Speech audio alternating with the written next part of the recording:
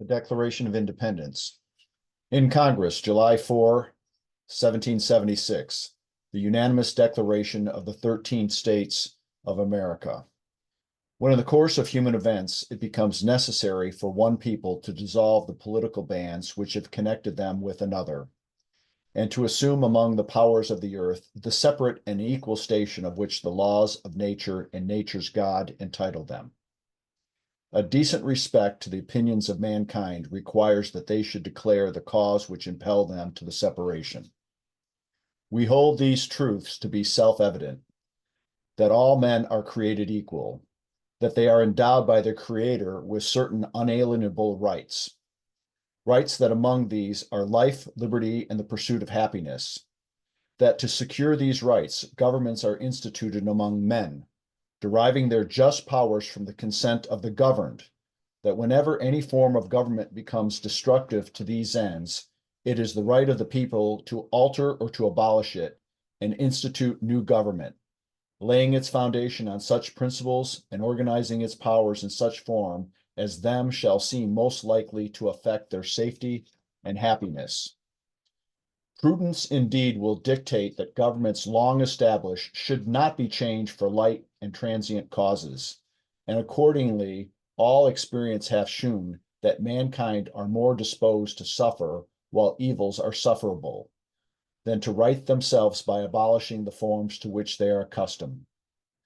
But when a long train of abuses and usurpations pursuing invariably the same object evinces a design to reduce them under absolute despotism, it is their right, it is their duty to throw off such government, and to provide new guards for their future safety.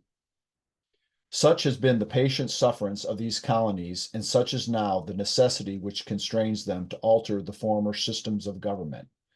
The history of the present King of Britain is a history of repeated injuries and usurpations, all having a direct object of establishment of an absolute tyranny over the states to prove this. Let facts be submitted to a candid world.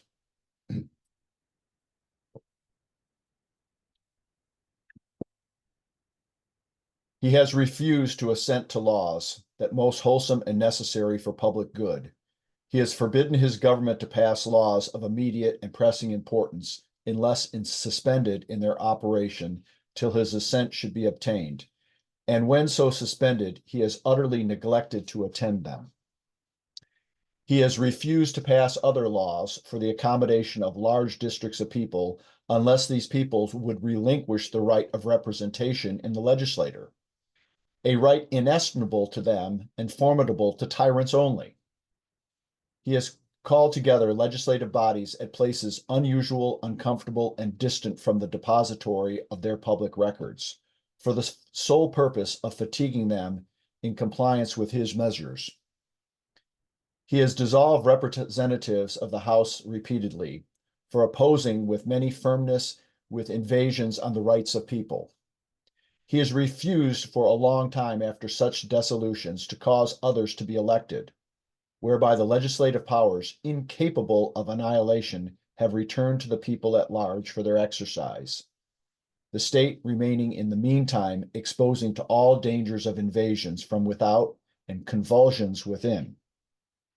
He has endeavored to prevent the population of these states for the purpose obstructing the laws for naturalization of foreigners, refusing to pass others to encourage their migration hither, and raising the conditions of the new appropriation of lands. He has obstructed the administration of justice by refusing his assent to laws for establishing judiciary powers. He has made judges dependent on his will alone for the tenure of their offices and the amount and payment of their salaries. He has erected a multitude of new offices and sent hither swarms of officers to harass our people and eat out their substance. He has kept among us in times of peace standing armies without the consent of our legislators. He has affected to render the military independent and superior to the civil power. He has combined with others to subject us to a jurisdiction foreign to our Constitution and unacknowledged by our laws, giving his assent to their acts of pretend legislation.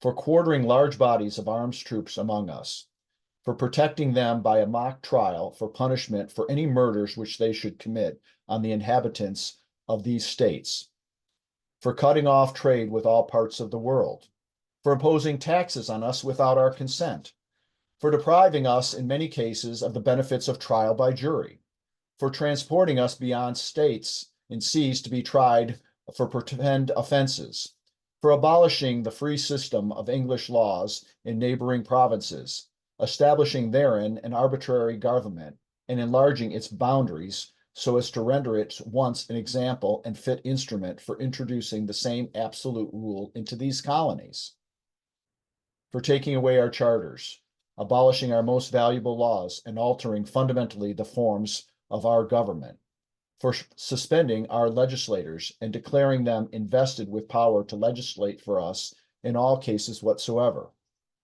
He has abdicated government here by declaring us out of his protection and waging war against us. He has plundered our seas, ravaged our coast, burnt our towns, and destroyed the lives of our people.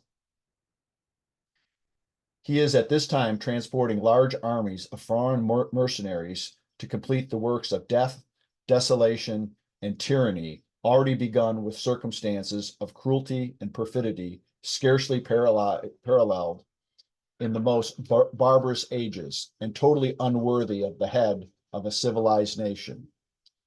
He has constrained our fellow citizens, taking captive on the high seas to bear arms against their country, to become the executioner of their friends and brethren, or to fall themselves by their hands. He has excited domestic insurrections among us, and has endeavored to bring on the inhabitants of our frontiers the merciless Indian savages, whose known rule of warfare is an undistinguished destruction of all ages, sexes, and conditions. In every stage of these oppressions, we have petitioned for redress, the most humble terms. Our repeated petitions have been answered only by repeated injury. A prince whose character is thus marked by act which may define a tyrant is unfit to be the ruler of free people. Nor have we been wanting in attentions to our British brethren. We have warned them from time to time of attempts by their legislative to extend an unwarrantable jurisdiction over us. We have reminded them of the circumstances of our immigration and settlement here. We have appealed to their native justice and magnanimity, and we have conjured them by their ties of the common kindred to disavow these usurpations, which would inevitably interrupt our connections and correspondence. They too have been deaf to the voice and justice of consanguinity. We must therefore acquiesce in the necessity which denounces our separation and hold them as the rest of mankind, enemies in war, in peace, friends.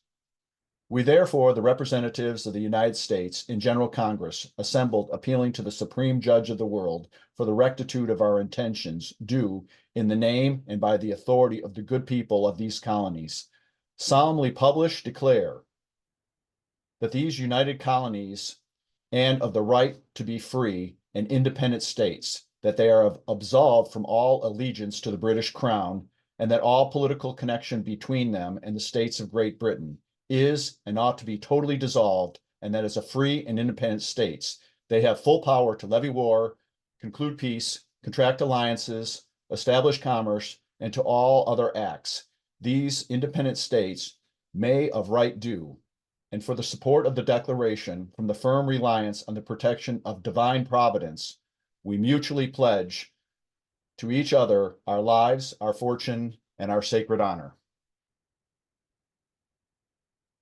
Happy 4th of July, and God bless to all.